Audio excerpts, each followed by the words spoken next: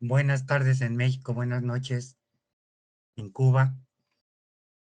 El día de hoy, 30 de junio, daremos inicio a la segunda sesión del seminario del orgullo al Moncada, enmarcado en el mes del orgullo de la diversidad sexual en México. El día de hoy tenemos el enorme gusto, privilegio de contar con la participación de la compañera Rachel Fraga Corcho, licenciada, quien es asesora jurídica del CENESEX.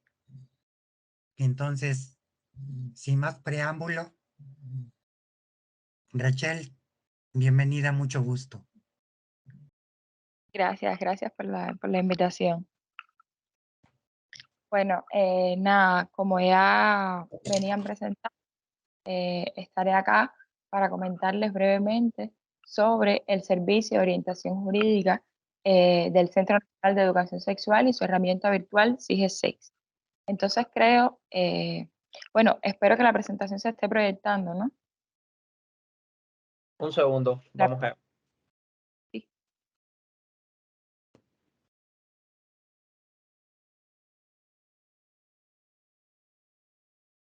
Ya está perfecto. en pantalla, ¿cierto? Sí, ya, puede pasar entonces a la siguiente.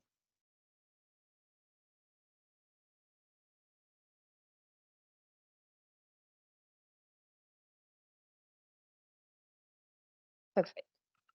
Bueno, nada, que creí oportuno comenzar precisamente o sea, explicando de dónde sale este servicio. O sea, el Centro Nacional de Educación Sexual, creado desde 1988 como parte de su misión, de su función social dirigida a contribuir al desarrollo de la educación integral de la sexualidad, la salud sexual y el reconocimiento y garantía de los derechos sexuales de la población, lleva a cabo servicios científicos asistenciales. Y entre estos destaca, por supuesto, el Servicio de Orientación Jurídica desde el año 2007. Si bien es cierto que en sus inicios, en este año 2007, este servicio no contaba con respaldo normativo, porque no existía en ese momento una ley en sentido estricto que enarbolara los derechos sexuales, estuvo desde el comienzo permeado por este enfoque proteccionista de los derechos sexuales, con este enfoque de derechos humanos en sentido general, precisamente por la importancia que reviste y por la misión del CENESEX en sí. Además, a partir de 2019, con la aprobación de la Constitución de la República, eh, este reconocimiento explícito de los derechos sexuales aparece en el texto constitucional y asimismo se reconoce a partir del artículo 61 a las personas, a todas las personas, el derecho a dirigir quejas y peticiones a las autoridades, las cuales están en la obligación de tramitarlas y dar las respuestas oportunas, pertinentes y fundamentadas en el plazo y según el procedimiento establecido. O sea, que ya encontraba este servicio de orientación jurídica un respaldo desde el punto de vista normativo que lo reconocía como tal, como un servicio al que podían acudir las personas a dirigir sus quejas o la vulneración de sus derechos. Siguiente. Ahora, el servicio de orientación jurídica presenta peculiaridades respecto al resto de servicios o instituciones a las que pueden acudir las personas para hacer efectivo ese derecho del que hablábamos, que reconoce la Constitución en su artículo 61. Precisamente porque es un servicio especializado en los derechos sexuales, en la atención y acompañamiento a las personas víctimas de violencia de género, a los menores víctimas de abuso sexual y a personas discriminadas por su orientación sexual y o expresión e identidad de género. Aunque es válido aclarar que recibe y atiende asuntos de diferente naturaleza. O sea, toda persona que acuda al servicio, más allá de que el asunto por el que acude esté en correspondencia o no con la misión social del centro, pues evidentemente es atendida y es gestionado su caso. Siguiente.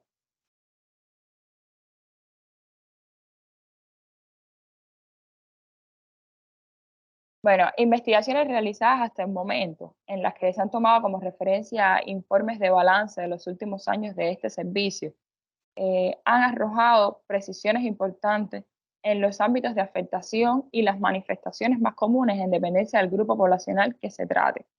Los datos nos indican que de 2017 a 2020, que es el periodo que tenemos como referencia, por ejemplo, hubo un aumento considerable de los casos recibidos de discriminación por orientación sexual y o identidad de género, violencia hacia las mujeres y en menor medida, pero también en aumento, el aumento del abuso sexual infantil. Resulta destacable cómo, si tomamos como referencia, como objeto de estudio, la violencia hacia las mujeres, esta va a variar en dependencia.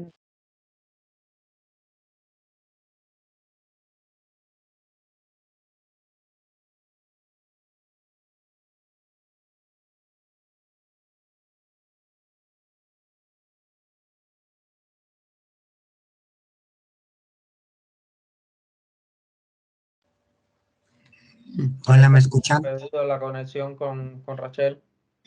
Sí, se perdió. Se Sí, quedó sí. congelada. Sí, esperemos por un minutito. Sí.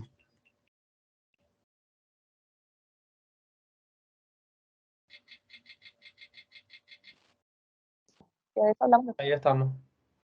Sí, Rachel, estamos de vuelta. ¿Hola? Te escuchamos. Ah, ya. Es decir, porque tuve un problema ahí con la conexión, no sé, se me fue la pantalla, que esta investigación era la prueba de cómo iba a variar, por ejemplo, tomando como referencia la violencia hacia las mujeres, el ámbito de acción de esta violencia y las manifestaciones que tenía. Por ejemplo, mujer cisgénero heterosexual, se ve que la mayor afectación va a ser en las relaciones familiares por parte de parejas o exparejas, así como otros familiares, y que se va a tratar fundamentalmente de una violencia psicológica y física, y que va también de la mano con una insuficiente acción de las instituciones, que provoca, por supuesto, la revictimización de estas mujeres.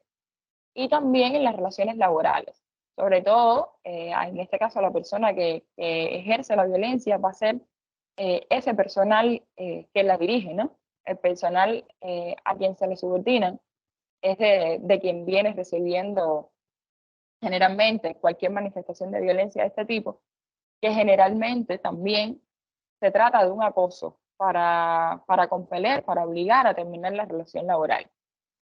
Entonces, tomando como referencia a la mujer cisgénero, homosexual, igualmente, tiene como ámbito fundamental de afectación las relaciones familiares por parte de las exparejas y padres de sus hijos y otros familiares. Generalmente se trata de una violencia psicológica en mayor medida por parte de estas exparejas que veníamos comentando y que en caso de coincidir con los padres de los hijos e hijas, pues se va a tratar generalmente de una restricción de la comunicación de los hijos con la madre, encaminado también a denigrar la figura materna ante los hijos ante los ojos precisamente de sus hijos, incluso de impulsar procesos judiciales para la determinación de guarda y cuidado de los menores, alegando no específicamente este asunto de la discriminación por orientación sexual, pero durante todo el proceso se ve como es evidentemente el trasfondo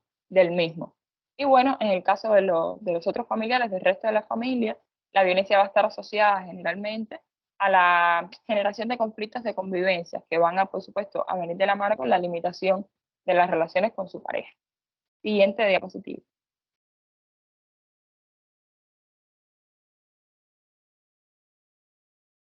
En el caso de las mujeres trans, aun y cuando estos escenarios familiares son igual de hostiles y evidentemente también se encuentran afectadas en ellos, destacan fundamentalmente dos asuntos principales: la escuela y las relaciones laborales, como esas estructuras administrativas también a las que se subordinan. Y precisamente aquí lo que va a venir recibiendo, lo que va a destacar es el trato indigno y la prohibición en casi todos los casos de la imagen de acuerdo a su identidad de género. O sea, los casos llegan diciéndonos, bueno, es que no puedo vestirme como mujer en la escuela porque no me dejan, caso de las profesoras, o porque me llaman por el nombre que figura aún en mi carnet de identidad y no por el nombre que me reconozco.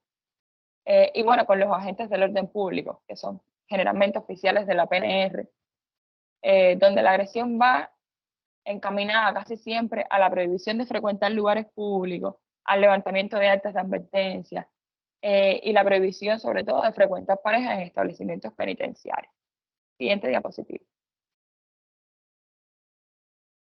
Este servicio de orientación jurídica se presta por diferentes vías. La presencialidad sigue siendo la vía por excelencia y esto es un indicador de que las personas, mientras puedan llegar al centro, prefieren hacerlo antes que agotar alguna otra. Quizás supongo que esta confianza en que ver cara a cara a quien le está atendiendo, pues le dará mayor celeridad o incluso mayor efectividad a la solución de su caso. Hasta el momento, en lo que va de año, o sea, en este primer semestre, se han atendido aproximadamente de 100 casos únicamente de esta forma, o sea, por la vía presencial. Pero el tema con el acceso presencial es que no es posible en la misma medida por la distribución geográfica de los servicios, que hasta el momento solo se encuentran en La Habana, o sea, en el CNC, con una extensión en Santi Espíritu y Santiago de Cuba. No obstante, cualquier persona, o sea, cualquier persona de cualquier provincia puede acudir a La Habana o a cualquiera de estos 3 puntos a recibir el servicio. O sea, no es un servicio que esté limitado territorialmente por el lugar de residencia, por el domicilio legal de las personas. En este caso, creo que es importante como, digamos, herramienta alternativa a esta presencialidad, fomentar la correspondencia postal y el correo electrónico. Ahí dejo la dirección, soj@cnsex.cu. Y son otras 2 vías por las que las personas nos exponen sus situaciones, nos aportan los datos necesarios y nosotros procedemos desde el servicio. El contacto telefónico y las redes sociales también son opciones que se están manejando últimamente, aunque realmente son las menos aconsejables porque generalmente no tenemos muchos datos de ellos. O sea, por redes sociales donde se etiqueta la página de la institución o algunos de las personas de la dirección, o simplemente nos los envían a nosotros como está ocurriendo esto o ha ocurrido esto, tomen cartas en el asunto, pues muchas veces no tenemos los datos necesarios y el contacto con la persona no sabemos cómo lograrlo con la persona afectada directamente para que nos aporte entonces esos datos y poder gestionar el caso. Por eso, este concepto de la vía telefónica y de las redes sociales, digamos que es en mucho menor medida, aunque también es una posibilidad que se puede agotar.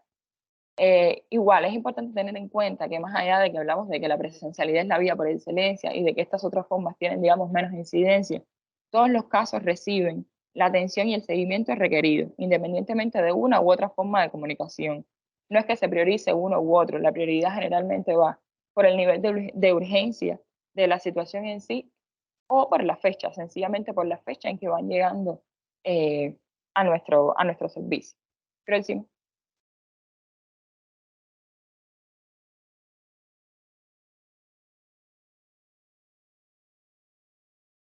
En este sentido de las vías de acceso, entonces conviene darle entrada a CIGESEC, a este sistema de gestión de los servicios de orientación jurídica, que es aún un sistema que no se ha puesto finalmente en marcha, digamos que está en una última etapa de prueba, y que evidentemente es una herramienta que va a facilitar la atención de casos de vulneración de derechos sexuales y la recopilación de datos para su investigación. Nuestra subdirectora, jurista también de profesión y muchos años, persona que estuvo al frente de este servicio y que estará con ustedes también en otra ocasión, ha reiterado, asevera en todos los espacios que CIGESEC es un sueño del centro hecho realidad, precisamente porque el sistema forma parte del perfeccionamiento de dicho servicio, permitiendo mayor acceso a inmediatez no solo en las denuncias, sino también en el registro, tratamiento y procesamiento de los casos.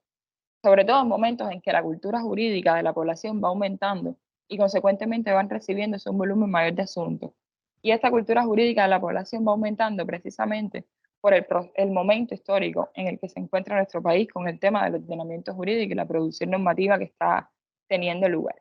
Entonces, con esta herramienta virtual, sin lugar a dudas, las personas se van a sentir mejor atendidas, acompañadas, o incluso en muchos casos puede ser la vía exclusiva con la que encuentren algunas para aportar toda la información necesaria. Y sobre todo, que es un elemento importante y que hasta el momento, digamos, no se encuentra o no tenemos los mecanismos para hacerlo tan efectivo, para conocer en tiempo real en qué estado está la queja de la persona. O sea, la persona entrando al sistema podrá no solo incorporar sus datos, sino llevar, digamos, el seguimiento que nosotros como asesores jurídicos le hemos estado dando. Siguiente.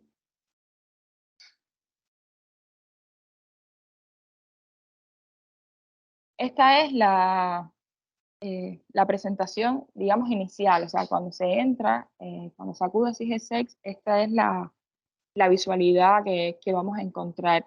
Y si se pueden dar cuenta, hay varias opciones, pero la opción principal es la de registrar hecho, que puede hacerlo, y es muy importante, no solo la persona afectada, sino cualquier persona que conozca el asunto y que por supuesto pueda aportar todos los datos que la herramienta poco a poco les irá exigiendo. Nosotros como equipo, como asesor jurídico que atiende el servicio, tenemos, digamos que, otra vía de acceso a la herramienta, ¿no? Porque entramos como asesores jurídicos, o sea, hay varios, digamos, perfiles. Las personas que entran a registrar los casos, el administrador o administradora, y los asesores jurídicos, a quienes se le van a asignar los casos que irá atendiendo. O sea, entramos a la herramienta, vemos qué casos nos han sido asignados, qué nuevos casos han sido incorporados, y en función de eso comenzamos a trabajar, a hacer las gestiones en función de los datos que nos aporten, pues entonces procedemos nosotros a la gestión del tipo que se trate y vamos, por supuesto, incorporando también las gestiones que vamos haciendo o lo que debemos transmitirle a la persona de un dato que necesitamos o de simplemente asesorarlo por lo que nos consultan. Y pues es por eso, precisamente por lo que venía comentándoles, que en tiempo real la persona no solo va a incorporar los datos, sino también que puede ir teniendo constancia de lo que vamos haciendo nosotros como servicio. Próximo.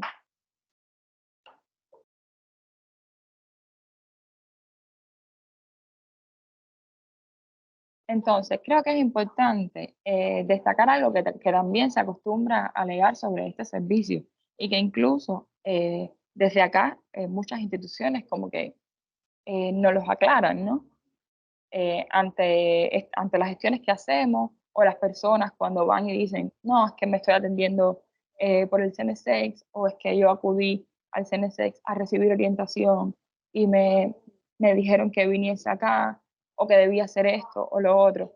Es importante aclarar que este servicio no pretende en ninguna medida suplantar los mecanismos establecidos en el país para la formulación de denuncias relativas al reconocimiento o reivindicación de derechos sexuales, o bueno, denuncias en sentido general. De hecho, no es posible en este espacio formular denuncia legal de ningún tipo, ni siquiera desde la presencialidad. Para ello se debe acudir a las estaciones de la Policía Nacional Revolucionaria, que es donde se radica la denuncia del tipo que sea. No obstante, como también pasa constantemente, a veces las personas en este proceso de erradicación de las denuncias presentan diferentes dificultades y entonces, posterior a ese momento, es que acuden al servicio, nos comunican sus inquietudes, los problemas que tuvieron en esa formulación de las denuncias y pues nosotros comenzamos la gestión que nos es posible en dependencia del caso. Pero en realidad, con este servicio lo que se trata es de aumentar o al menos contribuir a la cultura jurídica de las personas, incluso no solo de quienes acuden como personas vulneradas, sino también de sus familiares y de la sociedad en su conjunto. Además, se orienta generalmente en todos los casos sobre las rutas a seguir en dependencia del conflicto que se trate, aun y cuando no sea sobre lo relativo a todos estos temas de la misión del centro, como ya les venía comentando.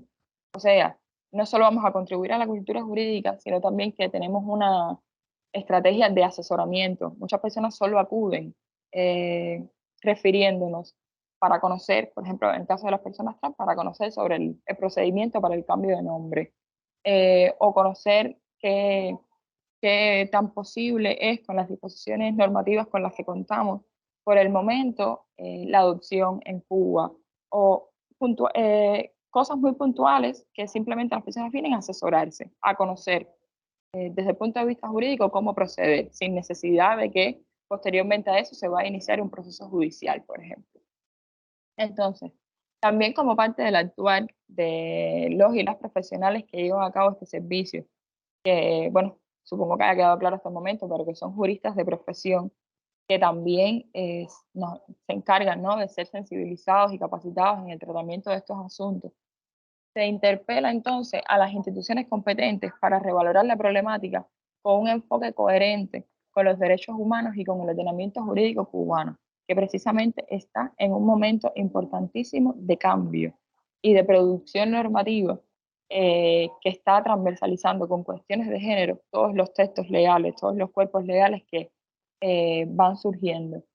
Entonces, en función de esta última estrategia que seguimos desde el servicio, que es interpelar a estas instituciones, pues destaca las alianzas institucionales que tenemos y que debemos crear con estos organismos a los que derivamos, es la palabra que nosotros usamos, derivamos el caso que recibimos. Hasta el momento la tenemos con la Fiscalía General de la República y con el Ministerio del Interior. Y las alianzas consisten básicamente en trasladarle el caso que nos llega con todos los elementos que nos llega. O sea, no solo, digamos, los datos oficiales de la persona que acude, sino también la narrativa. Y bueno, por supuesto, la visión desde el punto de vista jurídico y desde el punto de vista de los derechos sexuales, los derechos humanos, con enfoque de género, porque desgraciadamente no todas las instituciones que deben llevar de la mano todos estos asuntos pues están lo suficientemente sensibilizadas y capacitadas. Es un proceso paulatino que aunque se está llevando a cabo, no tiene efectos inmediatos. Entonces, para eso estamos también desde el servicio para interpelar a estas instituciones, no solo transmitiéndoles los datos generales, sino también haciendo un llamado a cuánto se han vulnerado o cuánto deben respetarse unos u otros derechos. Siguiente.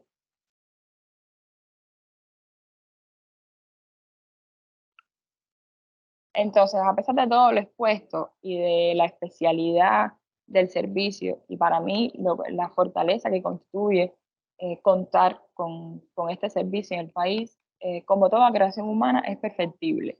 Y entre los retos y desafíos que actualmente presenta el servicio está precisamente continuar con el perfeccionamiento en este registro, atención y seguimiento de los asuntos de violencia basada en género y discriminación por orientación sexual y o expresión e identidad de género, sobre todo en el ámbito institucional. O sea, cómo las instituciones manejan todos estos asuntos una vez que llegan a ellos, o incluso cómo las instituciones muchas veces son quienes ejercen violencia por estos mismos motivos.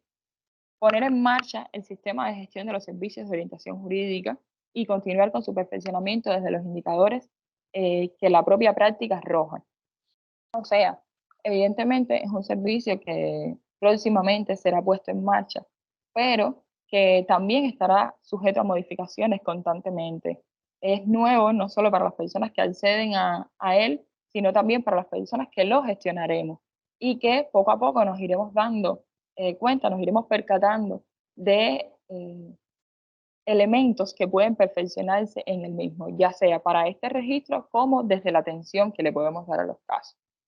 En tercer lugar, ampliar la descentralización de estos servicios a otras provincias del país. O sea, esto es un reto constante porque evidentemente la centralización de este servicio, digamos que trae consigo el desconocimiento de la población del mismo, y no solo el desconocimiento, sino también el acceso, aun y cuando tengamos CIGESEX, aun y cuando tengamos la vía de la correspondencia postal, del correo electrónico, todas esas que ya vimos con anterioridad, que el servicio exista en sí, en todas las provincias del país, o al menos en las provincias que mayor incidencia tienen en todos estos, en el registro, en la atención de todos estos casos.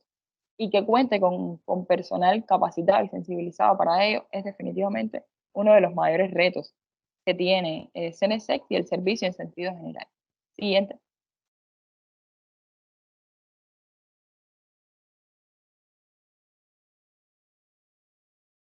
Entonces, fortalecer las alianzas existentes, estas alianzas que veníamos viendo con la Fiscalía y con el MININ, y crear nuevas en función de garantizar una atención integral a las personas que acuden a estos servicios, sobre todo en los casos de mujeres víctimas de violencia, en la esfera de la salud y en materia de representación letrada en caso de llevar a cabo un proceso judicial.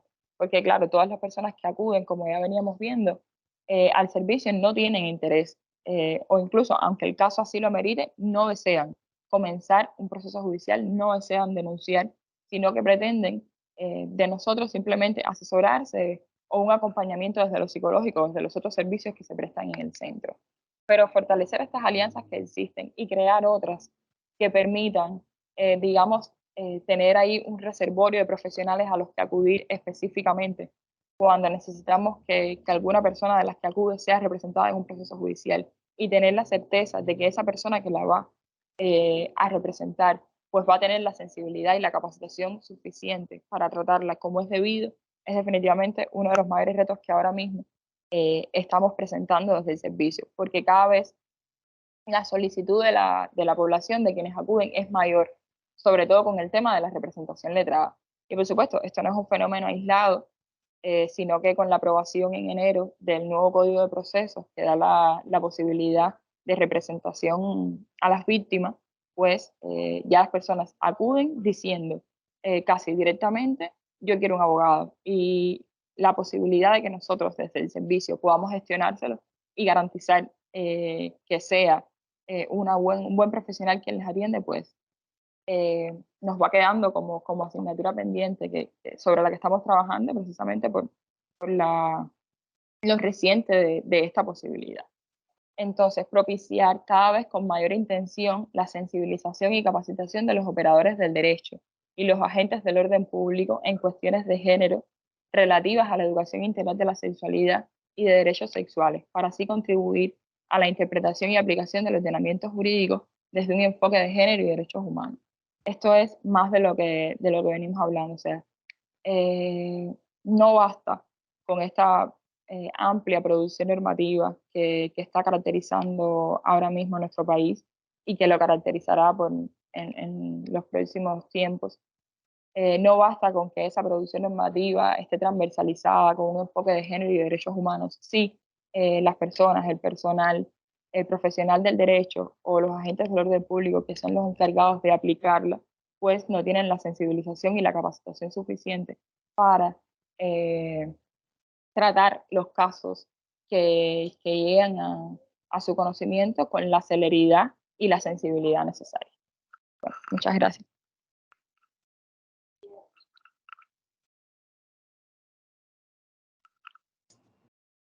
Muchas gracias, Rachel. Agradecemos las explicaciones que has dado, muy ilustrativas, explicativas de toda la labor jurídica que realiza el CENESEC sobre los derechos para todas las personas. Ahora la compañera Irina de la promotora o los compañeros aquí presentes que tengan algún comentario, duda, pregunta, para que nos puedan ahondar un poco más sobre esa labor jurídica tan importante que se realiza.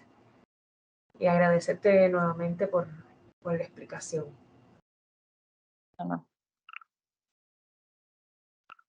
Nélida estaba diciendo que cualquier compañero, compañera que tenga alguna duda, comentario. Así es. A ver, quisiéramos saber si los demás compañeros que están tienen alguna necesidad de pregunta. Adelante, con toda libertad, por favor.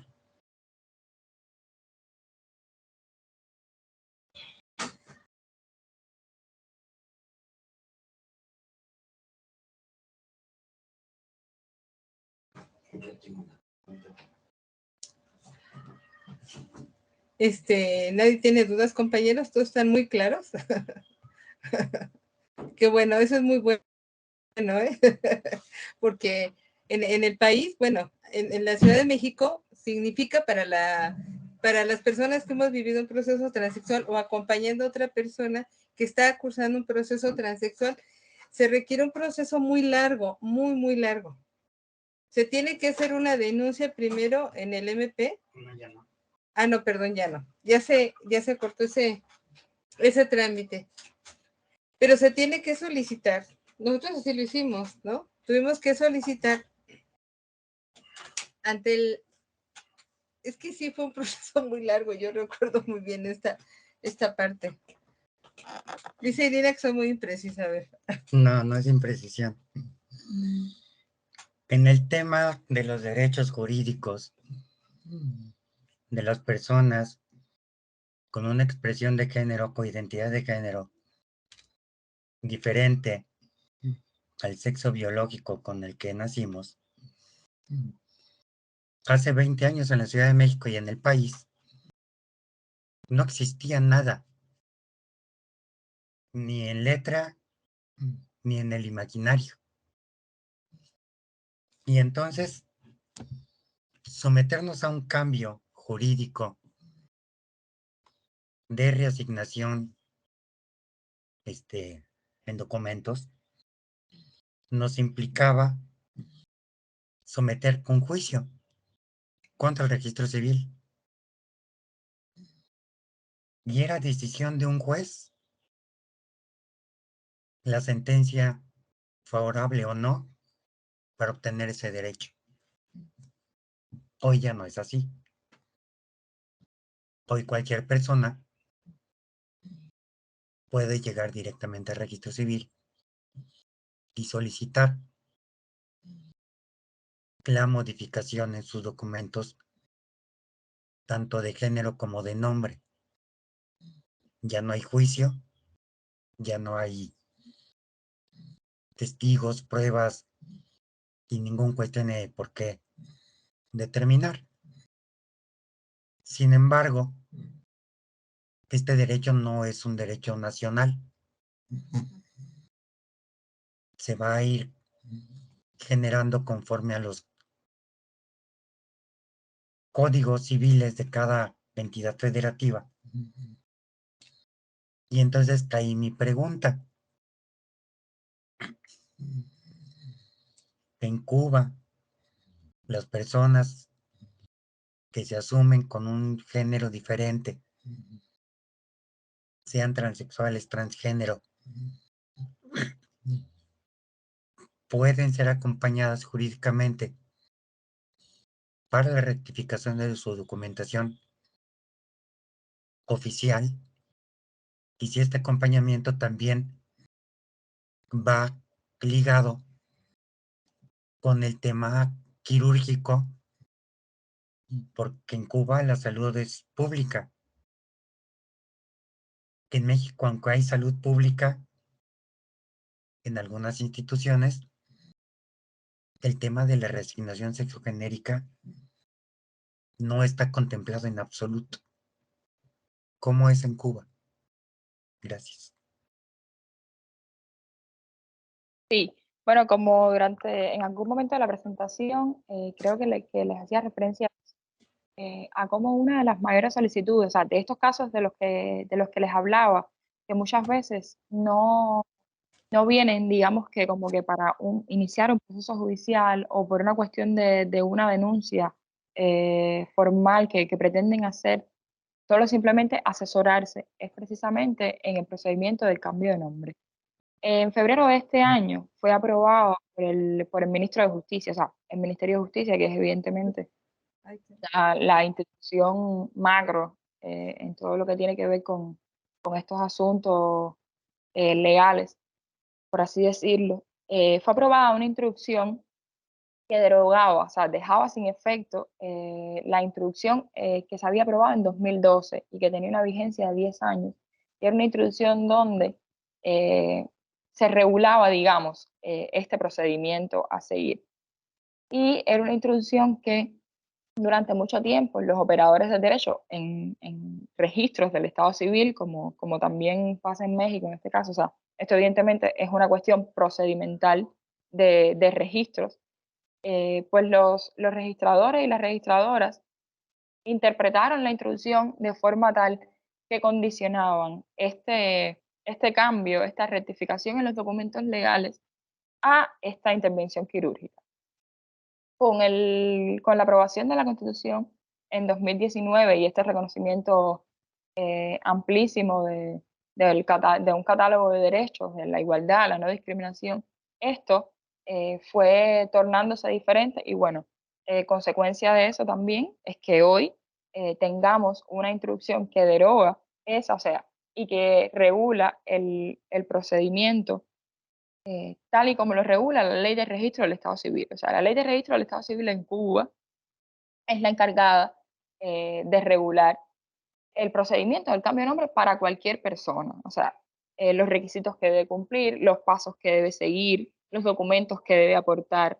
Lo que pasa es que esa introducción había venido a poner, digamos, una especificidad. En el caso de las personas trans, tiene que estar sujeto a esto.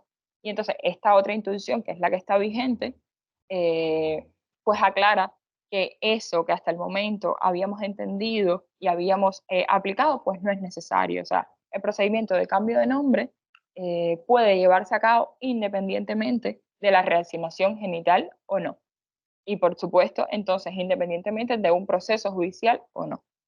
Es simplemente acudir a las oficinas de registro del Estado Civil, cumpliendo con los requisitos que así regula la ley, aportando los documentos que se requieren, que bueno, son documentos que prueben que se conoce socialmente con el nombre que pretende registrar, una declaración jurada ante notario público con testigos que demuestren también, o sea, que den fe de ello, y bueno, comenzar el proceso de cambio de nombre, que evidentemente no es un proceso, o no debiera ser un proceso tan tortuoso como el que me comentabas, porque los términos establecidos no son, digamos, en exceso extendidos, pero que sí se encuentran trabas. Se encuentran trabas sobre todo desde el punto de vista de los operadores del derecho. Y era lo que veníamos comentando también de la necesidad de la sensibilización de estas personas que están aplicando la normativa. O sea, desde lo legal, desde el reconocimiento de derechos, es posible. Es posible desde la Constitución, es posible desde la Ley de Registro del Estado Civil, desde esta nueva introducción. Es posible que cualquier persona, y las personas trans sin necesidad de este autorizo judicial o de esta reasignación genital previa, pues acudan a las oficinas de registro del Estado Civil e insten el procedimiento para el cambio de nombre.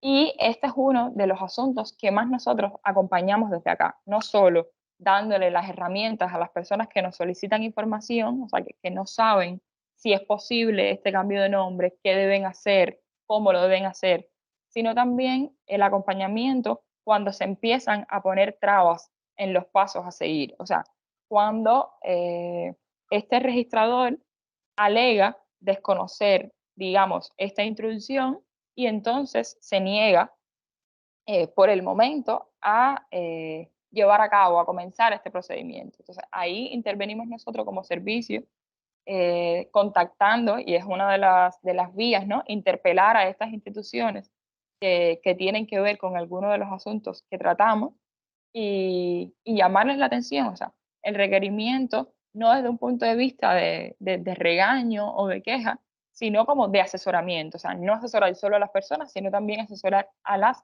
instituciones que muchas veces desconocen no solo de la disposición normativa, sino qué implica la disposición normativa en sí. Pero en sentido general, en Cuba es posible el cambio de nombre en el caso de las personas trans y no está asociado a ningún proceso judicial, ni a ninguna prueba física, ni a ninguna operación quirúrgica.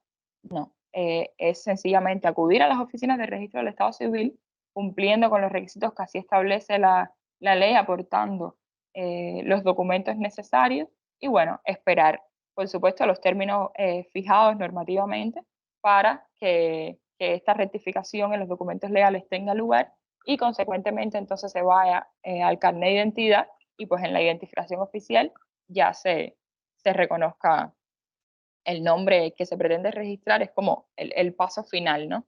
En este procedimiento. Sí. Gracias. Muchas gracias. A mí me da mucho gusto que desde el Estado esté bajando toda esta información y se esté difundiendo en la población. Pregunto, ¿en México sí hay mucha violencia, muchísima violencia, sobre todo muchísima resistencia a las personas que están cursando un proceso transexual? Hay demandas, hay muchos asesinatos, ¿no? Ha sido un proceso muy complicado. En el Distrito Federal, en la Ciudad de México, sí hay una apertura, en los estados es todavía más grave. Nuestras sociedades, pues son sociedades muy permeadas, es una cultura machista, muy misógina desde siempre, ¿no?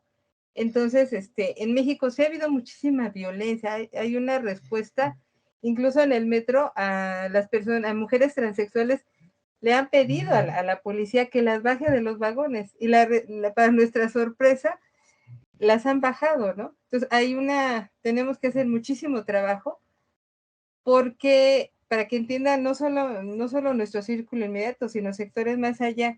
Quisiera saber yo si en Cuba tienen pues tienen menos resistencias que en México, porque yo les decía a Mariela Castro el otro día que nosotros percibimos a la sociedad cubana muy libre, ¿no? Muy libre sexualmente. Entonces, yo no sé si existe una sociedad con tanta resistencia como la mexicana. La verdad no creo que se le parezcan mucho otras sociedades.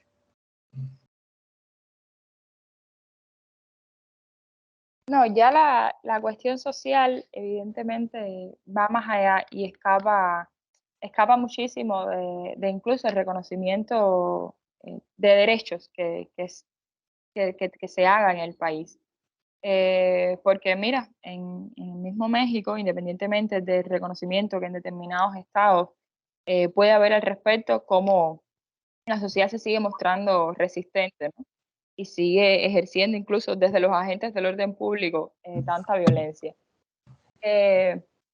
Acá la discriminación y las manifestaciones de violencia, digamos, un poco más extremas, no nos son ajenos, y lo digo como precisamente como una de las personas que presta el servicio de orientación jurídica. O sea, los casos nos llegan y nos llegan, como mismo vimos en el caso de las mujeres trans, por ejemplo, cómo las agresiones van muchas veces desde lo verbal hasta lo físico y desde el espacio familiar hasta lo laboral, donde no necesariamente deben recibir, digamos, golpes físicos, pero tengo a mi jefe o a mi jefa que me está empecinado en llamarme por mi nombre legal y exigiéndome que no puedo llevar las uñas largas o el pelo largo o ir maquillada sencillamente porque yo soy un hombre, o sea, y refiriéndolo así a la persona. Entonces, de esto se activa una de las otras formas, digamos, de gestión del servicio, ¿no? O sea, contactamos muchas veces o con el Ministerio de Educación directamente, o a veces preferimos hacerlo desde la base, o sea, a esa directora que se está negando a dejar entrar esa adolescente trans en SAIA porque le dice tú eres un niño, o a esa, digamos, jefa inmediata superior de la profesora de inglés a la que ella le está diciendo que no puede ir con las uñas largas porque es un hombre. O sea, entramos en contacto directamente con esas personas. A veces nos muestran mucha más resistencia que otras, o sea, muchas personas se muestran receptivas, incluso piden disculpas como que yo no pretendía ofenderlas, yo no pretendía agredirlas, abiertos como a las capacitaciones, ¿no? Como se ofrecen sí, coordinaremos entonces para que ustedes vengan y den una charla, no solo para, digamos, para los estudiantes, sino también para los profesores, como para entender los fenómenos.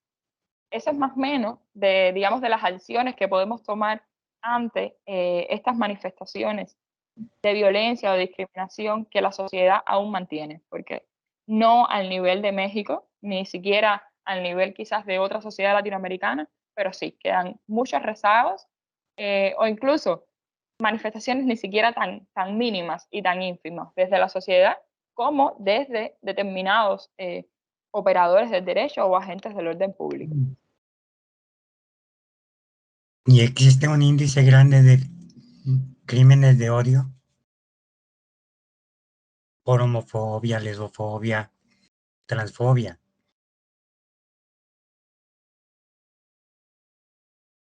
Que si tenemos un índice alto, Sí.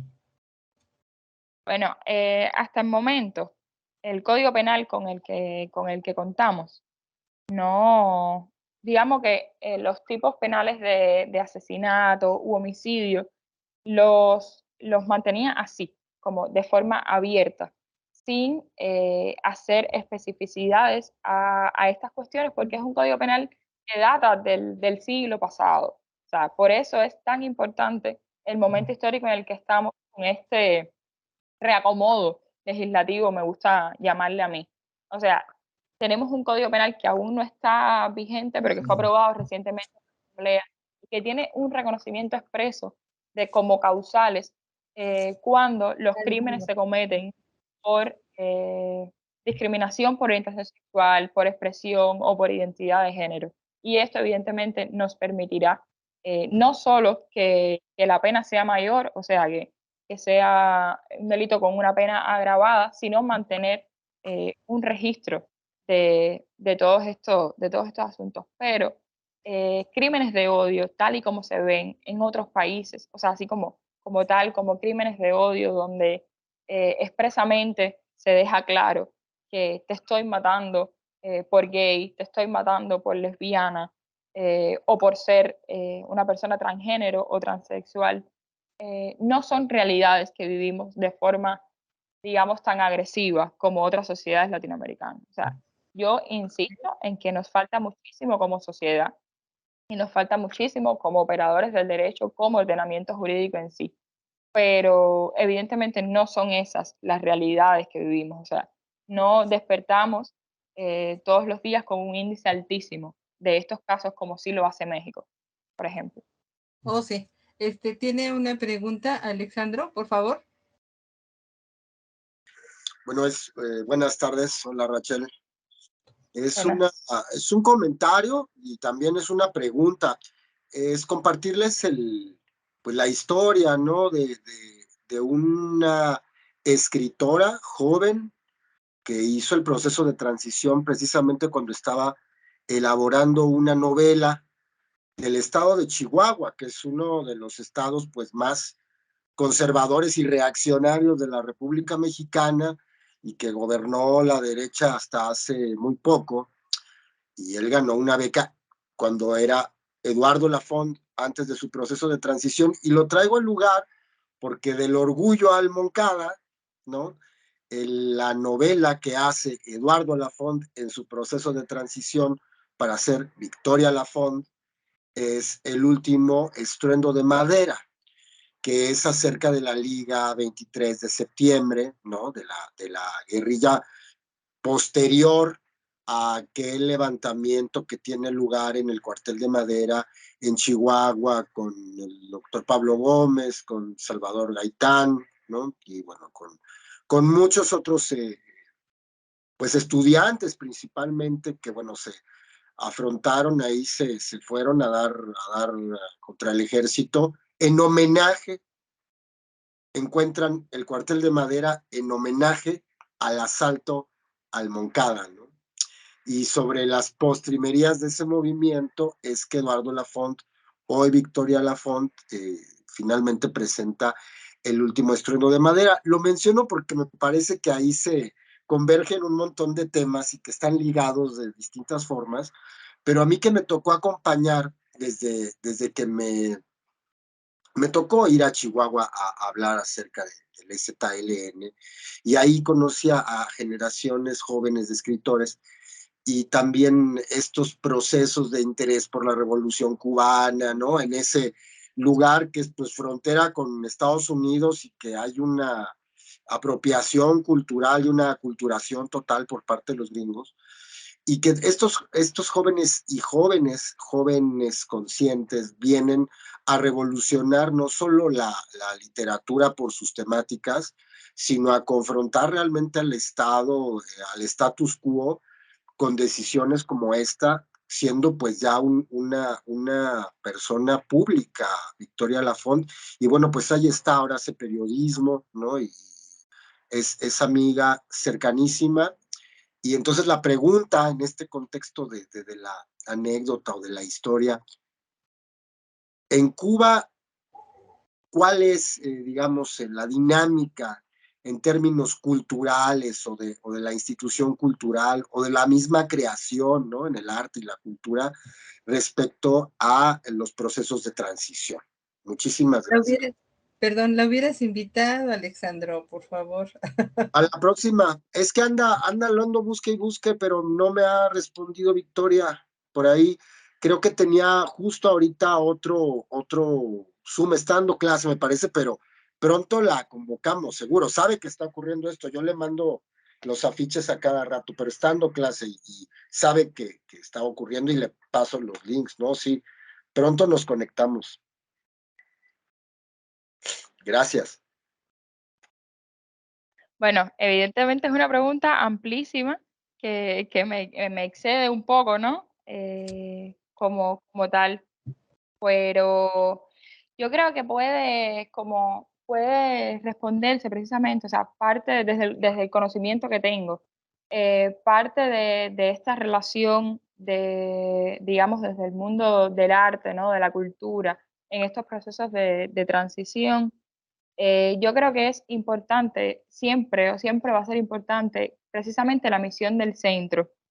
Y me ilustro, aunque no sea exclusivamente en el ámbito de la cultura, pero sí del trabajo del CNSEX como Centro Nacional de Educación Sexual, promotor y digamos, velador de todos estos temas, del trabajo con las redes sociales comunitarias y de la mano siempre con la red Trancuba.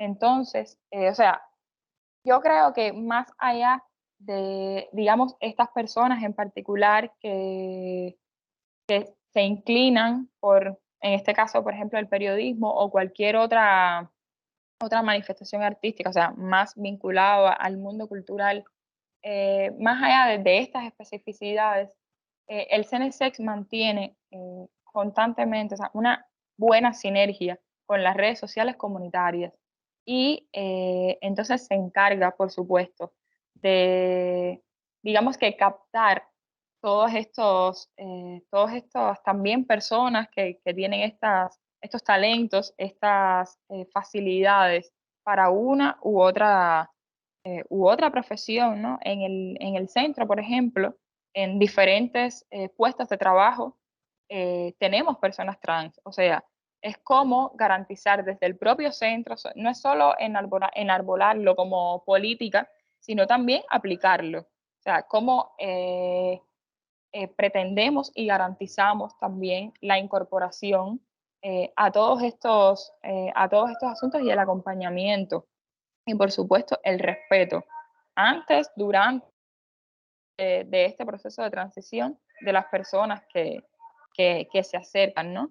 Y que se acercan como trabajadores y trabajadoras del centro. Entonces, yo creo que esta pregunta, independientemente de que otra persona pueda darle una respuesta mucho más amplia, ¿no? La misma doctora Mariela, que tiene un amplio conocimiento en esta área de trabajo con las personas trans, pero creo que no puede verse desligado, o sea, nada puede verse desligado, ni desde la cultura, ni desde ninguna otra arista del trabajo que hace CNSEX de conjunto a las redes sociales comunitarias. Y pongo el ejemplo de cómo trabaja de la mano con la red Trancuba precisamente en el marco de la anécdota, ¿no? Pero así es con el resto de las redes. Y cómo entonces las campañas, los productos comunicacionales, las jornadas, o sea, los eventos que tienen lugar, están constantemente potenciando, no solo capacitando, sino también potenciando los espacios y las personas que dentro de la red pueden aportarnos. O sea, digamos, los activistas o las personas que en una u otra rama se muestran más proactivos y pueden aportarle a la red y al centro, o sea, a esta sinergia que inevitablemente hay entre unos y otros. Gracias. No, pues nada. Perdón, perdón que me robe la palabra, pero se me vino a la mente en ese momento, alguna vez el escritor Carlos Monsiváis dijo que en toda la diversidad sexual, quien tenía la carga más difícil realmente de liberación y de poder vivir su sexualidad y su orientación como quisieran, eran justamente las personas transexuales, porque lo curioso, las mujeres transexuales, porque lo curioso es que las chicas que deciden que necesitan ser o se identifican como nenes y que viven esta transición, para ellas no es tan difícil la asimilación social, no es tan difícil en un trabajo, no es tan difícil la relación familiar, no es tan difícil su entorno. Para las personas que nacen con sexo masculino y que se cursan un proceso transexual y se construyen como mujeres, para ellas sí es mucho más complejo. Es mucho más complejo y sí creo que permea mucho esta cultura machista porque lo hemos visto en todos lados, digo, nuestros compañeros comunistas, por Dios santo, los de izquierda aquí en México, se juntan casi con los panistas, con la ultraderecha, ¿no? Entonces no solamente tenemos Perdón, que Ana Marta, las presentaciones, perdón que te interrumpa, pero no puedo evitarlo. Sí es, tenemos realmente que hacer un trabajo de deconstrucción, de hacer este esfuerzo, como tú señalabas hace un ratito, Rachel, de las maestras que al niño le dicen niña y que, en fin, siempre contradiciendo la imagen o la orientación que la persona decida, ¿no? Entonces, tenemos que hacer realmente un trabajo de deconstruir, de empezar a trabajar nuestro pensamiento con nuestras palabras y hacer este cambio, feminizar a las mujeres que necesitan ser mujeres y masculinizar y hablarles desde lo masculino, desde lo femenino, a quien esté cursando un proceso y este proceso pues concluya en todo su proceso. Yo creo que aquí una de las trabas que sucede mucho es que vemos a las mujeres construidas como mujeres y les seguimos hablando en masculino. Y decían, bueno, ¿qué hacemos? Pues, ¿qué hacemos? Yo creo que una de las cosas que hay que hacer es preguntarles cómo te llamo, cómo te nombro. Punto, así se resuelve todo. Y una cosa también curiosísima es que a las personas entre más jóvenes, incluso adolescentes, niños, les cuesta mucho menos trabajo hacer este cambio. A los niños les cuesta mucho más trabajo, mucho menos trabajo que a los adultos y que a los mayores y a los jóvenes. Eso es muy importante y me parece muy importante también que se toquen estos temas, porque hay toda una violencia en la escuela, en nuestros centros de trabajo, ¿no? Y desde todos los ámbitos, en esta sociedad tan moderna y en esta ciudad que es la ciudad de la esperanza, ¿no? Yo creo que esto que venías refiriendo de cómo las infancias y las adolescencias respetan, porque es precisamente el respeto, mucho más en el momento de reconocer, digamos, a las personas trans, es la muestra. O sea, es como la máxima muestra de que, en definitiva, lo que estamos reproduciendo y esa discriminación y esa violencia es producto de la sociedad, ¿no? De lo que hemos aprendido y de qué tanto nos negamos a entenderlo, a deconstruirnos en ese sentido. Porque ese niño o esa niña simplemente le estás diciendo, es tu tía Claudia, y está asumiendo que es su tía Claudia, sin hacer ningún cuestionamiento. Entonces, ¿cuánto no debemos aprender definitivamente de esos comportamientos, de esa inocencia y de ese no cuestionar que tienen generalmente las infancias? Es que la discriminación se aprende. Exacto. No se nace teniéndola. La aprendemos en casa y la perfeccionamos en la calle y en la escuela. Por eso en Cuba el trabajo que han hecho con el tema de la educación es fundamental porque no basta que exista en papel el derecho plasmado en Constitución y en leyes si en la vida cotidiana no se ejercen los derechos. Aquí hemos hecho reformas constitucionales con el tema del derecho a la no discriminación, leyes que nos dan derecho y personalidad jurídica, pero en la práctica es una batalla cotidiana, porque no estamos educados y educades en la inclusión generalizada, ¿no? Por eso siempre hemos considerado que para que haya un cambio profundo, pues tiene que haber una transformación radical como la que hubo en Cuba. Y que la revolución no termina con la toma del poder, que la revolución se va haciendo día a día. Y que los cambios que ha tenido Cuba, impulsados por el CNSX y la sensibilidad de Mariela y otros cuadros del partido, pues han hecho que la revolución cubana tenga esta revolución dentro de la revolución. Que antes era imposible pensar en esta realidad. Hoy es distinto. No sé si ya no hay manos levantadas.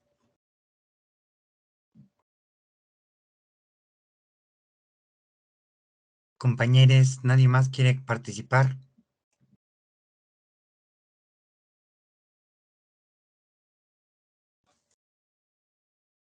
Ya nos pasamos de tiempo. Recordemos que en La Habana son las 8 de la noche con 10 minutos y que la compañera nos va a cobrar tiempo extra. Sí, no disponemos de su tiempo así como todo el que quisiéramos, pero por favor, yo creo que hay que aprovechar este momento tan interesante, tan importante, para preguntar, si no, bueno. Porque si no hay más preguntas, comentarios, te preguntaría a ti, Rachel, si tuvieras algo más que concluir para cerrar la sesión.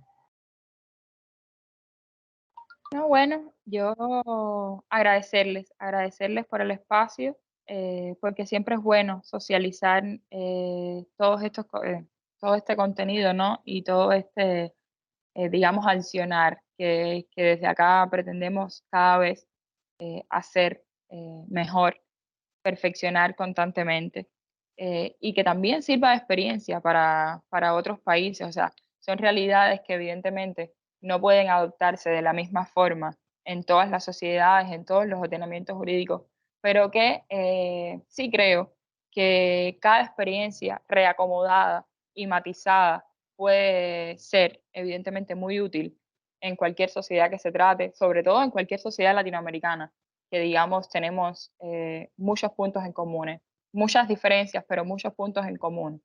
Y entonces estos espacios son precisamente eso, ¿no? Esa socialización de experiencias que pueden servir quizás en algún momento, de alguna otra forma, digamos como herramientas para ustedes, ¿no? Por ejemplo, en México. Sí, pues son ejemplos que hay que aquilatar, que hay que aprender más para poder replicar. Y entonces, pues, les esperamos el próximo martes con la tercera sesión. Tendremos, ¿quién va a estar? Creo que va a estar Ivonne.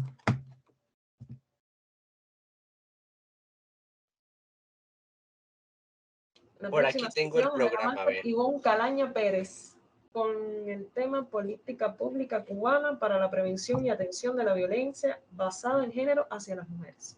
Exactamente. Ivonne Calaña Pérez es subdirectora del CENESEX. Wow. Entonces estamos teniendo en las ponencias un nivel altísimo de cuadros. Y entonces, pues tenemos que aquilatarlo enormemente.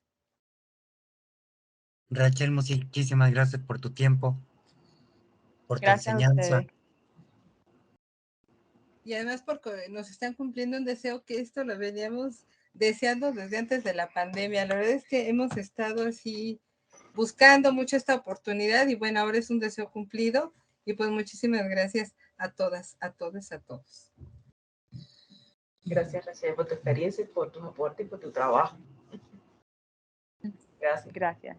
Además eres muy joven, ¿no? Sí. ¿Te podría Sí. preguntar tu edad? Eres muy joven, a mí eso me 23. entusiasma mucho. No, bueno, eres una bebé. Con todo respeto, con todo respeto. Qué bueno, qué padre que seas tan joven, ¿no? Y que seas una promotora de la libertad sexual. Qué padre, nos da Y de los muchísimo. derechos. Y de los derechos, ¿no? Y además abogada, bueno, qué padre. Gracias. Qué padre, en Cuba no se usa el qué Bueno, padre. sí, cierto, perdón, en Cuba no se hace el padre, pero qué Qué chido. madre. Qué a toda madre.